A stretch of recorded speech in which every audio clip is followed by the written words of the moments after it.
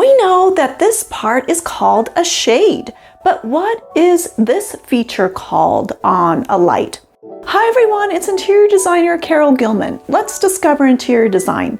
Well, in this video, we are going to talk about maybe some components or features of lights that we may not know the names of, or maybe are not as familiar with than compared to other features of a light. So we're going to just take an overview of some different parts of a light and also some terms that we can explore and discover more about and just become more familiar with some different features of a light. The terms that I'll be talking about today are commonly used here in the United States, but if you have other wording and terms that you use from where you live, please share those in the comments. The first thing that we're going to take a look at is that top area that we looked at the very beginning. And that top area of this light that is hanging down from a ceiling, is what's called a canopy. And a canopy is providing a couple different functions. One of the functions is to attach that light, say a pendant light or chandelier, to the ceiling. Plus, on top of it, it covers up all the electrical wires. And when we think about a canopy, lots of times a canopy will be in different sizes and shapes. And most of the time, the canopy is something that kind of blends in with the overall design of a light fixture. And then in some instances, we may see even more on the ceiling. In addition to a canopy, in the United States, we may see what's called a ceiling medallion, or in the UK or Australia, this may be referred to as a ceiling rose or ceiling rosette. And this is an additional decorative area that is placed around a canopy, or maybe it's the entire unit. And this is purely a very decorative thing that we may place on our ceiling, especially if we have a very traditional type of home.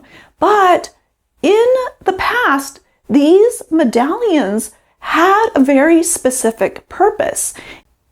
And there's a very interesting interview on the website Apartment Therapy, where they interviewed historical designer Gail Caskey-Winkler to find out more about the history of these ceiling medallions. In fact, they were used to cover up any soot that was created by these hanging lights from the ceiling. And if you want to read more of this really fascinating article about the history and context of ceiling medallions, I'll leave the link to that website's article in this video's description. And I'd love to find out from you, what do you call this decorative medallion that we place on the ceiling? Do you call it a ceiling medallion, or do you call it a ceiling rosette or rose? So please share what you call it from where you live in the comments. And then what happens if you have a light that is attached to the wall, like a sconce or a bathroom light fixture? What do you call that plate back there on the wall? Well, that is just called a backplate, and it provides the same function as a canopy in a ceiling. It connects that light fixture to the wall, as well as covers up any sort of electrical wiring. And then one tip for you, if you want to replace your bathroom light fixture or a sconce in your home, or even your exterior lights, and you want to avoid any sort of drywall repairs or paint touch-ups, one thing that you'll want to pay attention to is to look for a light fixture that has the same shape and size as your existing light fixture backplate, or one that's larger, so it'll easily cover up that area without any touch-ups. And what do we call that pathway that is from the electrical area to our light bulbs, where our light will turn on and provide some light? Well, when we're looking at ceiling light fixtures, say a chandelier or a pendant light, that area is called a suspension mechanism. And we are familiar with the different types of suspension mechanisms that we may find when we look for a chandelier or pendant light. That could be a chain or a wire or a combination of both, or maybe what's called a stem or rod made out of metal that covers up that electrical wire. Those hanging mechanisms connect the light to the electrical box, but they also help us adjust the height and how low we will hang that light fixture from the ceiling. And then that area on a table lamp is what's referred to as a body. But if we are talking about a floor lamp, that area where that pathway that connects the electrical to the light bulb is called a pole or stem. And on a table lamp or on a floor lamp, whenever there is the capability of being able to adjust or to pivot the direction of the lamp, those parts are just called adjustable arms or adjustable stems. One thing that's important in the design of a table lamp and a floor lamp is to provide stability. So lots of times there is a weight that is placed in the base of those lamps so the lamp is stable, or the base or that entire body of the lamp has some structure, has some weight to it, so it provides a stable design.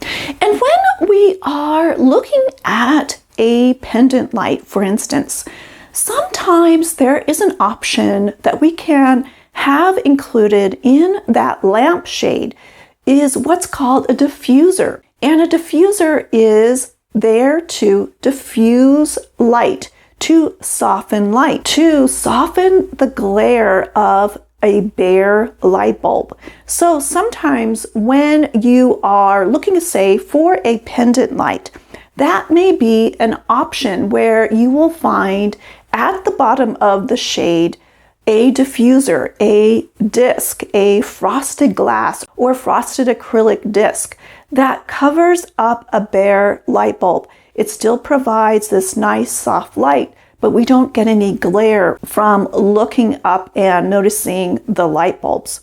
And diffusers are also available to purchase if you need to add maybe a diffuser on the top of a table lamp shade.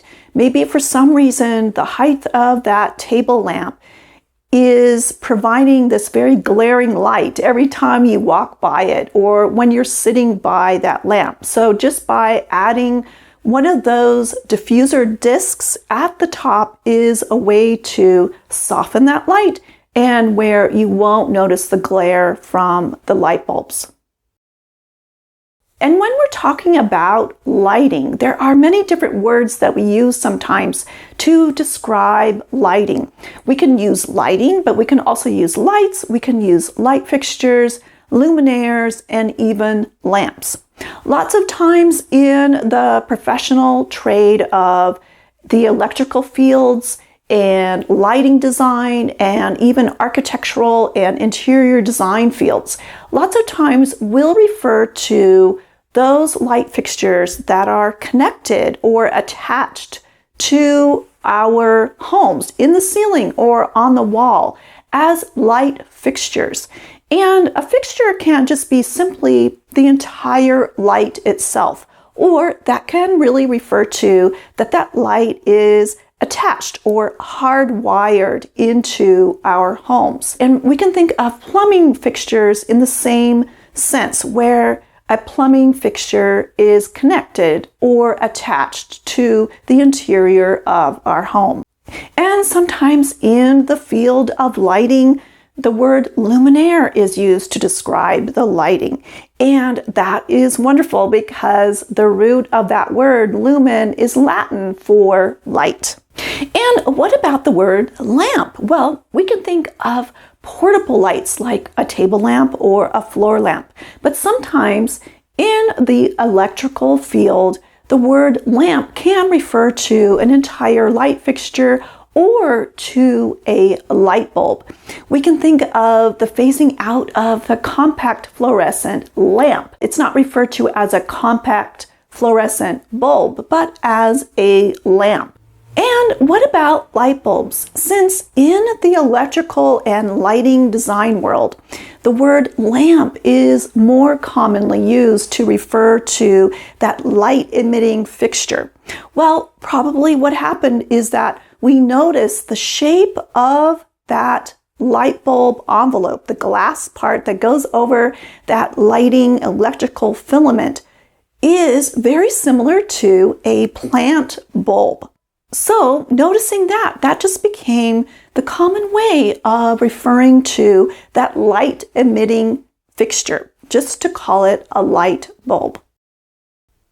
So I'd love to find out from you if you have any questions and if you have any other interesting terms and features of lights that might be interesting to know about. So please share all of that in the comments.